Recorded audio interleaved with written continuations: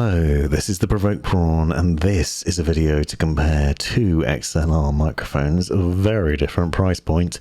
The AVerMedia Live Streamer Mic 330, seen here, with some funky red accents and a stealthy but premium body that will set you back around £90 sterling. Which is very affordable. And for reference, the beginning part of this video is recorded using this microphone, so the voiceover that you can hear now is recorded using this AVerMedia microphone, and then later on I'll show you a comparison between that and the Shure SM7B, which costs around 4 times as much money depending on where you buy it from, and has a much stealthier look to it, but a few different design aesthetics and setup differences which make it more appealing. It has a richer sound. You'll definitely notice that later on in the video. And for reference, I'm using the full-size GoXLR in this video to record the voiceover, and I've got settings on that in the description and later on in the video to give you an idea of how each of them are set up and the difference between them. But there are some differences between the Shure and the AVerMedia which make them worth considering. For example, the AVerMedia, simple little things that have included with the AM330, they've included an XLR cable, which you don't get as standard with the Shure, and you don't get as standard with most XLR microphones in my experience. But you have a reasonably premium quality cable that will just snap into place, and then that obviously needs to connect to a GoXLR or AVermedia's Live Streamer Nexus or some other preamplifier like a Rode Podcaster setup, and then that'll plug into your PC. This microphone also has a mute button on it, which the Shure SM7B doesn't, but otherwise it doesn't have much going on at all in terms of that design. But internally it does have a built-in pop filter, which is very nice. Now, one thing of note though is that it doesn't have a windshield, and I really noted that, and you will notice it as I go through this video, that you'll probably hear my breath, little puffs of air every now and then being picked up by the microphone. Is very sensitive, and adjusting the levels to get it right makes quite a difference. And that is why you'll pay a premium for the Shure, because that microphone, when tweaked correctly, is a much better one that picks up a lot less background noise and a richer sound overall. But that doesn't mean that the AM330 should be dismissed, because it is very affordable. It also has very nice little highlights to it, like this aluminium red accented ring that runs around the top of it, that you can remove that and you can swap it out with a different sort of ring. Now, this microphone obviously stands out a little bit more than the Shure. The Shure is instantly recognizable because of its design. It's a well-known microphone all around the world, and it's renowned for its design and for its sound quality. The AVerMedia therefore has to battle with a legend, but it's doing so in a way that's very snazzy. And this microphone is also going to be instantly recognizable thanks to the AVerMedia logos down the side, that red accented finish, and the sort of styling overall look to it, which includes very nice look and feel. And actually, for the money, this is quite weighty and it feels reasonably solid, and it's a nice looking bit of kit. However, I will note that it does unfortunately pick up knocks in the desk quite easily, and I'll demonstrate that a bit later on. The Shure SM7B is a lot more expensive, but it does have a very nice sound to it, ridiculously good. It also has switches to adjust for bass roll-off and mid-range emphasis that you can adjust on the rear here, but there's no mic mute directly on the microphone, and that's no bad thing. You'll also note a slight difference in the design of the microphone and how it attaches to your boom arm. For reference, in this video I'm using the blue compass boom arm for the Shure SM7B and the Rode PSA1 for the AVerMedia Mic 330. So you'll be able to see the difference between those briefly, and I'm going to do separate videos on them. But as I said, I'm using the GoXLR for both microphones with roughly the same settings, so you can hear the quality difference, and I'll include that information in the description so you can see it if you're interested in using these microphones with that mixer preamp setup. Then you'll be able to work out roughly what would work well. Now, both the mics have a thread mount adapter included in the box that you can simply screw in to the arm, and then that will attach to your boom arm or mic stand. They don't have a stand to mount it on your desk included in the box, neither of them do. And that's a good thing because you shouldn't be putting it on a desk stand. Ideally, you want to get it on a boom arm or on a mic stand away from the table and as close to your mouth as possible. And that's how you get the best sound with both of these. And I'll demonstrate that later on. The only danger I feel with the AVerMedia is that you will pick up a lot of air sounds and puffs of air as you're talking. It does have a pop filter bit into it, but it doesn't come with a windshield, whereas the Shure SM7B has two windshields included, the standard one that you're seeing in the shots, and then a bigger one, even fatter one, which will block out even more noise. And I will demonstrate that it does do a really good job of just focusing on your voice, and once you tweak the settings correctly, you can really make the most of that by blocking out a lot of background noise. XLR microphones are, however, the best in my experience for getting a really good quality sound. If you're looking to stream and capture really good audio without that background audio sound, then they are superior to USB microphones, but you do obviously have to pay a premium because you end up with the GoXLR setup or AVerMedia or the AVerMedia Live Streamer Nexus as the other option. And I'll link to videos on both of those that you can check out on my channel that I've done previously and show you how those work. The installation process for both microphones is really straightforward though. As I said, you install that adapter and then you can just screw it onto the boom arm and adjust it into the position that suits you. In my case, I'm fitting this onto the Rode PSA-1 on my left hand side, and you can see that you can tilt and adjust it, although the cable does get in the way, but then you can turn it either way up and tilt it round and adjust it. You need to get that ring of the AVerMedia microphone basically as close to your mouth as possible because you're talking into the end of it. And both microphones are the same for that. You're not meant to talk into the side. Some mics you're meant to talk into the side of them. But the Shure and this AVerMedia microphone, both of them you talk into the top of, straight down the tube essentially. And that's how you get the best sound out of it. Also, that's a cardioid pickup pattern, which means that it can block out noise from behind, so it doesn't pick up as much noise from the sides or behind, which is why they're fantastic. If you're doing voiceovers for YouTube, if you're streaming on Twitch, if you're doing podcasts and things like that, where you want to focus on your voice and nothing else. When setting up the AVerMedia microphone, it's important to make sure you've got access to the mic mute button if you plan on using it. However, I'd suggest that it's better not to, and I have a mic mute button on the GoXLR that I can use and you wouldn't even hear it being pressed.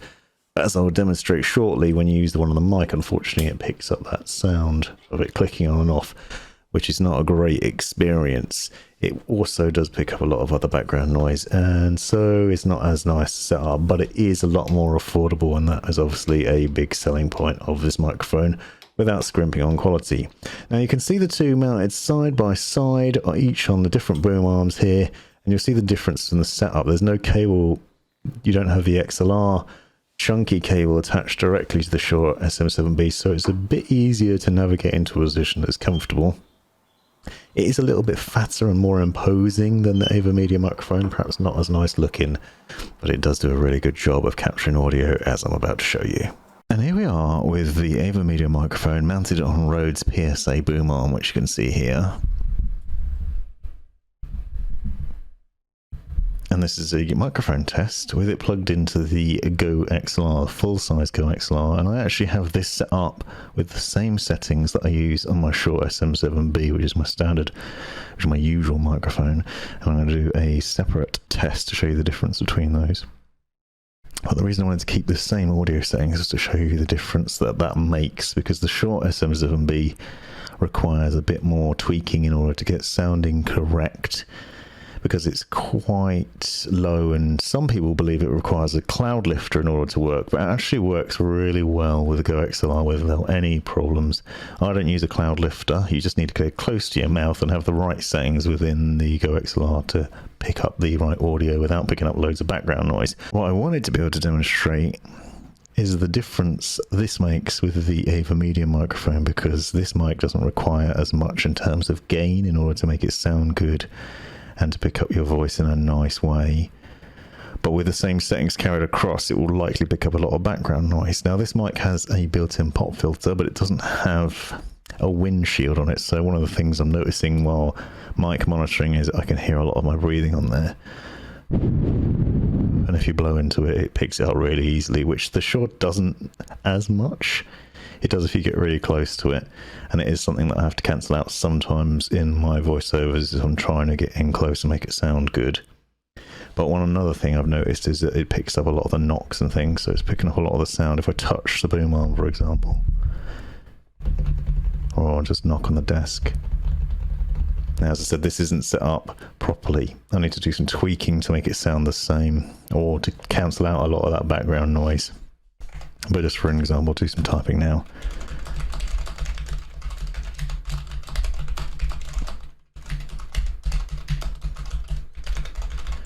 And you can see, I mean, you can probably hear that. I can hear it a lot, certainly through monitoring, that it's picking up a lot of the key sounds. And this is the Logitech G915 TKL, which is not particularly loud.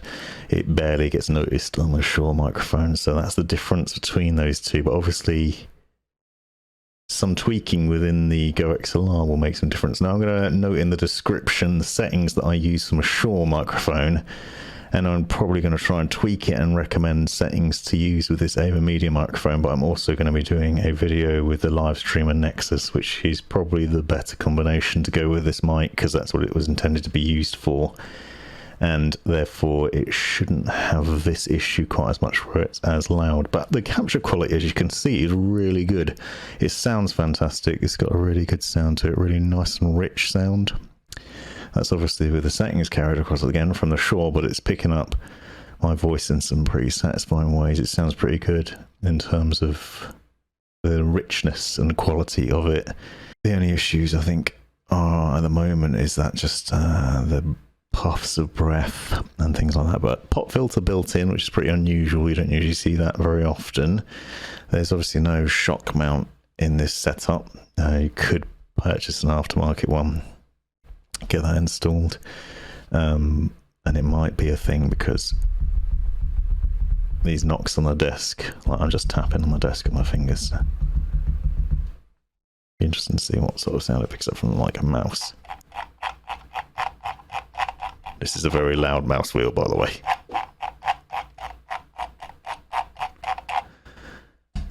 So do a comparison with the Shure now with the same settings, just so you can see the difference. So this is with the AVerMedia microphone through the GoXLR full size, and now I'm going to go over to the Shure and show you the difference between the two. Now I'm recording with the Shure SM7B, and as I said, same settings running through the GoXLR, and I just tap on the desk. You can't hear it. If I tap away on the keyboard, you can't hear it. And the mouse, you definitely can hear that. But again, it's a really obnoxious mouse. That's a separate point. This is the HP Omen Vector, which is a nice mouse, but that mouse wheel is incredibly annoying. And that's a separate video entirely if you're interested in watching that one. But so the difference that you can see between the Shure and the AVerMedia is also the way these are set up. And I'll show this in some B-roll footage as well. But the way the XLR cable goes into the Shure, you can see it comes in from the top up here, and then you have this this freedom of movement here. You can move it around a fair bit up and down. But what I've noticed with the AVerMedia one is it doesn't really, because you have that problem there, and then you can basically get into a couple of positions, but it's not as easy to move around. But you can set it up in different ways, obviously. But it's this is the standard XLR cable that's included in the box. It's got quite a large attachment to the cable itself, so that kind of gets in the way of the stand. But you can change that around, obviously. The AVerMedia is probably the nicer looking one. It has this nice red ring on it, which you can change out for a silver one. And it has these sort of vented bits on the side, and obviously the AVerMedia logo, and then a button on it as well. Whereas the Shure only has the bass roll-off stuff on the back of it, and not much else going on. It's quite a stealthy looking one, but it's instantly recognizable, because if you know mics, then you know this from just seeing it. And it has two windshields in the box, this one, and then there's a fatter one. But it picks up a lot less sound when you get it tweaked, and I've got it set up pretty nicely in the GoXLR, but I've got to go into depth in the settings and try and tweak it around with this and see if I can get it sounding better as well. So check out the description for the setup of the GoXLR as it stands as I'm using it now, and then I'm going to tweak it and come back and show you this with a better quality of sound to it. So here I am back with the AVerMedia microphone set up with the GoXLR still, and I've tweaked the settings ever so slightly. So under noise gate I've actually changed it. I initially thought I was going to have to change the complete settings and adjust the mic setup. It's currently set with 65 decibels under the mic setup for settings. I usually have the threshold for noise gate at about 47, and what I found is basically by mashing the keyboard I can adjust the levels to get it to the right level. So if I put it to 47 and then just tap on the keyboard so you can hear that.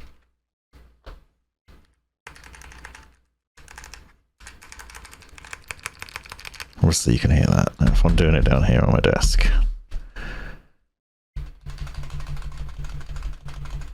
You can hear it's picking it up still. So now what I'm going to do is basically adjust the decibel level on the threshold so you can hear it, so it stops capturing it. So you can see now I'm at 34 and I'm still doing it, but it's not picking it up anymore. If I move it here closer it probably will, but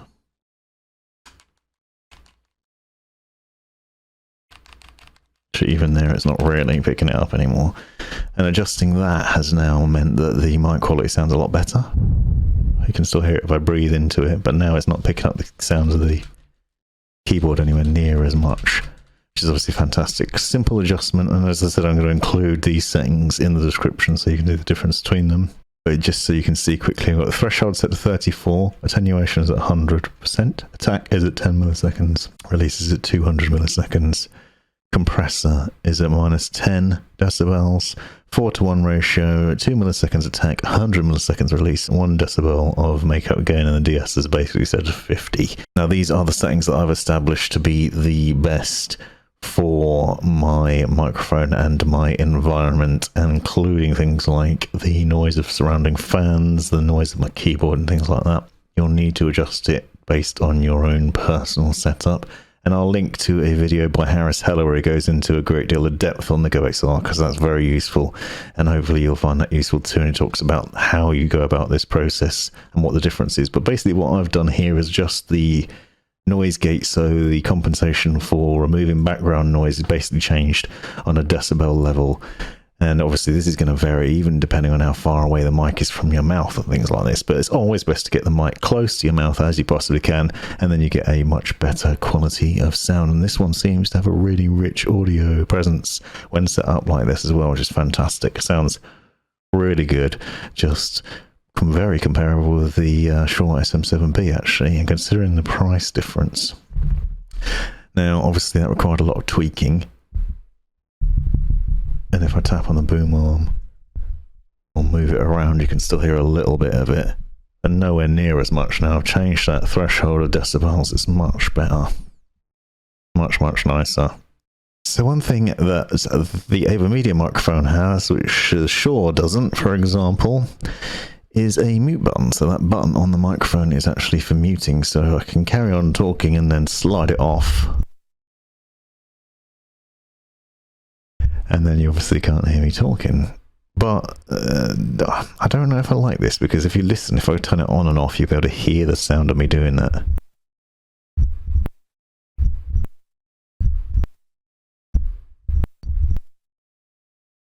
You have to be super gentle, otherwise you just as you rub that mic button off.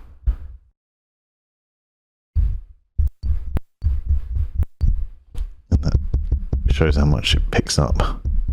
Any knocks. It's going to be really obvious. Now obviously you're not going to regularly do this, but I often bump my chair into it if I get up to go to get a drink or something. It's very easy to accidentally bump the mic, obviously. You might knock into it standing up to adjust something. Maybe you're just moving. If you've got to get a microphone up and close like this, personal, if you bump into it, it's quite noisy. And I do this regularly with the Shure mic, but it doesn't pick up knocks as much. And I think because of the windshield and stuff, that sort of protects that, and you don't hear as much of the back of the noises and the knocks in it. So this suffers from that, and you get like loud bangs on the desk. Obviously going to be picked up by most microphones, but they're quite prominent in this. And even now when I'm talking, if I bang on the desk at the same time, you can hear the taps. So again, this is a really solid, I mean, you can see behind me the same sort of desk material. It's a big thick wooden American walnut desk, so it's not a thin thing that's going to just send vibrations through. It's a good solid bit of wood, and yeah, it's still picking it up. So a shock mount might be a necessary evil to something like this, and that's the sort of compromise you're getting. But the capture quality is really good, really good sound. I'm listening to it now with the mic monitoring, and it sounds just as good as the Shure. So I really think it's going to be a fantastic mic. So there you have it. The conclusion is that the Shure SM7B is the better microphone to go for because it has a richer sound and it blocks out more background noise. But the AVerMedia AM330 is still a fantastic mic with a great value for money, really good looks, and a really good capture quality. This has been the Provoked Prawn. Thanks for watching. This has been the Provoked Prawn. Thanks for taking the time to watch this video. Hope you found it useful, interesting, hilarious, or all of the above. Be sure to check out the description for other information you might find interesting and useful, as well as these other videos, and click that join button to find out the benefits of being a member of my YouTube channel. Thanks for watching.